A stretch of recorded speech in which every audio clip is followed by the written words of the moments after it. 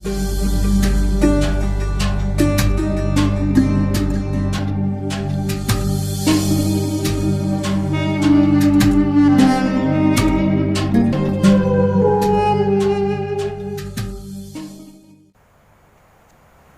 billahi minasyaitonir rajim. Bismillahirrahmanirrahim. Assalamualaikum warahmatullahi wabarakatuh. Alhamdulillah wassalatu wassalamu ala khairi khalqillah wa ala alihi wa mawalah. Rabbi israh li sadri wa yassir li amri wahlul 'uqdatam min lisani yafqahu qawli, amma ba'd. Hadirin hadirat yang dimuliakan Allah Subhanahu wa taala. Akhir-akhir ini dunia sedang dihebohkan dengan kehadiran sebuah wabah yang dikenal dengan istilah coronavirus disease atau COVID-19. Wabah yang berkembang pada mulanya hanya di China, kini telah mewabah di seluruh dunia. Tentunya hadirin yang dimuliakan Allah Subhanahu wa taala, sudah tak terhitung lagi berapa jumlah korban yang meninggal dunia akibat dijangkiti oleh virus yang berbahaya ini. Namun hadirin yang dimuliakan Allah Subhanahu wa taala, di tengah mewabahnya virus corona dan di tengah beberapa upaya telah dilakukan oleh beberapa pihak dalam rangka memutuskan mata rantai penyebaran COVID-19, dewasa ini muncul dua golongan yang sangat berlebihan dalam menyikapi fenomena COVID-19. Golongan yang pertama adalah mereka yang melakukan tindakan antisipasi yang sangat berlebihan sehingga tidak jarang menimbulkan ketakutan, kepanikan yang sangat luar biasa, melebihi ketakutannya kepada Allah Subhanahu wa taala. Golongan yang pertama ini seakan mereka tidak yakin lagi dengan takdir Allah Subhanahu wa taala. Hadirin hadirat yang dimuliakan Allah Subhanahu wa taala. Sikap seperti ini tentunya sangat berbahaya terhadap akidah seorang muslim. Karena sebagai seorang muslim kita harus yakin dan percaya bahwa tidak ada suatu musibah yang menimpa manusia kecuali itu sudah menjadi ketentuan Allah Subhanahu wa taala. Begitu juga dengan sebuah penyakit, tidak ada suatu musibah penyakit yang menimpa seorang hamba kecuali itu sudah menjadi ketentuan untuk dirinya.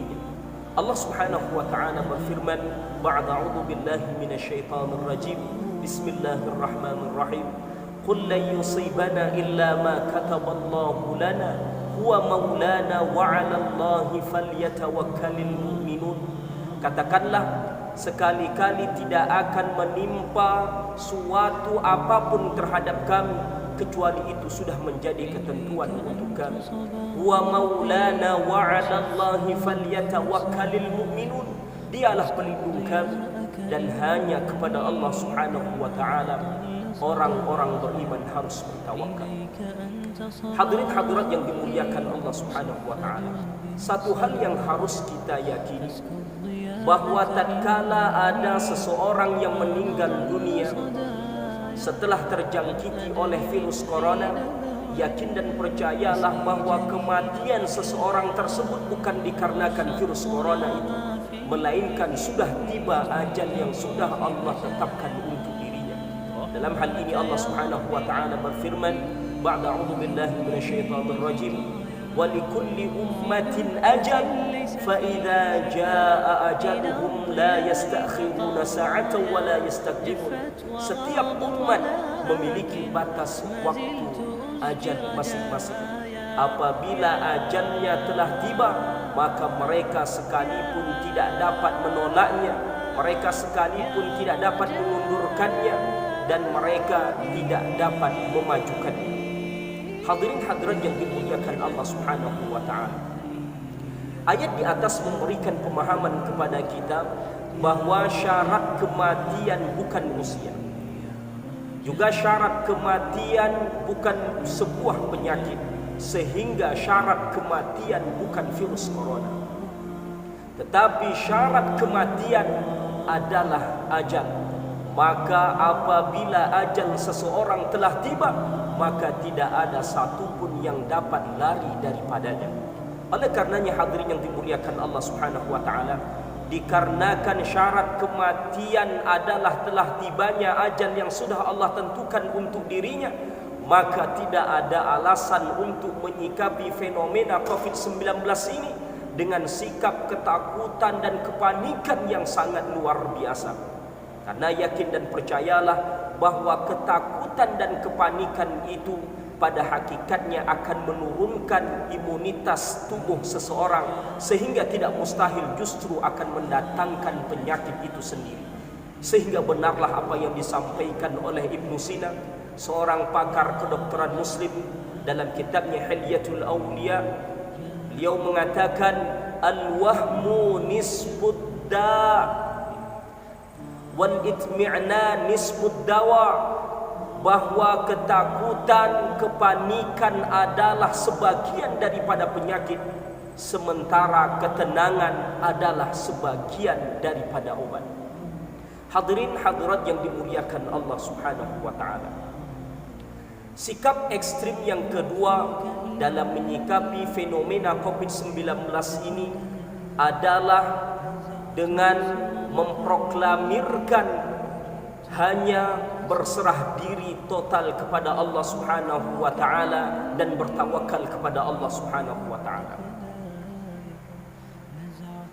Sehingga golongan yang kedua ini tidak jarang mengindahkan bahkan meremehkan tindakan-tindakan kewaspadaan sebagaimana yang dianjurkan oleh pakar-pakar kesehatan, sebagaimana yang dianjurkan oleh pemerintah seperti mencuci tangan, menggunakan masker dan lain sebagainya. Hal ini mereka lakukan karena mereka yakin seyakin-yakinnya bahwa wa may yatawakkal 'ala Allah fa huwa hasbuh. Barang siapa yang bertawakal kepada Allah Subhanahu wa taala, maka Allah akan cukupkan dia. Hadirin hadirat yang dimuliakan Allah Subhanahu wa taala, sikap dari golongan yang kedua ini tentunya merupakan sikap yang keliru dan juga tidak benar. Karena sesungguhnya konsep tawakal pada dalam Islam harus didahului dengan pengambilan asbab, atau yang dikenal dengan istilah al-akhdzu bil asbab. Masih ingatkah kita pernah suatu hari ada salah seorang sahabat baginda sallallahu alaihi wasallam yang hendak melaksanakan ibadah di masjid Nabi sallallahu alaihi wasallam. Sahabat tersebut mendatangi masjid baginda sallallahu alaihi wasallam dengan mengendarai seekor unta. Tatkala setiba sahabat tersebut di depan masjid baginda sallallahu alaihi wasallam, maka sahabat tersebut meninggalkan untanya tanpa terlebih dahulu mengikatkan untanya. Maka apa yang dilakukan oleh sahabat tersebut? Baginda sallallahu alaihi wasallam tercengang.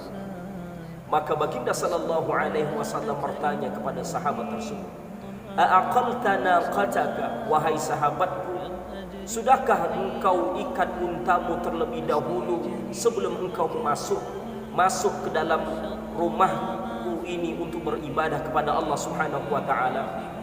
Kata baginda sallallahu alaihi wasallam. Apa jawab sahabat tersebut? "La ya Rasulullah, qad tawakkaltu 'ala Allah." Tidak ya Rasulullah, sesungguhnya saya sudah bertawakal kepada Allah Subhanahu wa taala. Mendengar jawaban sahabat tersebut, maka baginda sallallahu alaihi wasallam tersenyum sejenak. Kemudian baginda sallallahu alaihi wasallam mengajarkan bagaimana sebenarnya konsep tawakal yang harus dimiliki oleh seorang muslim. Apa kata baginda sallallahu alaihi wasallam? Kata baginda sallallahu alaihi wasallam, "I'qilha wa tawakkal 'ala Allah." Yang harus kamu lakukan adalah i'qilha, ikat untamu terlebih dahulu, kemudian baru engkau bertawakal kepada Allah Subhanahu wa taala.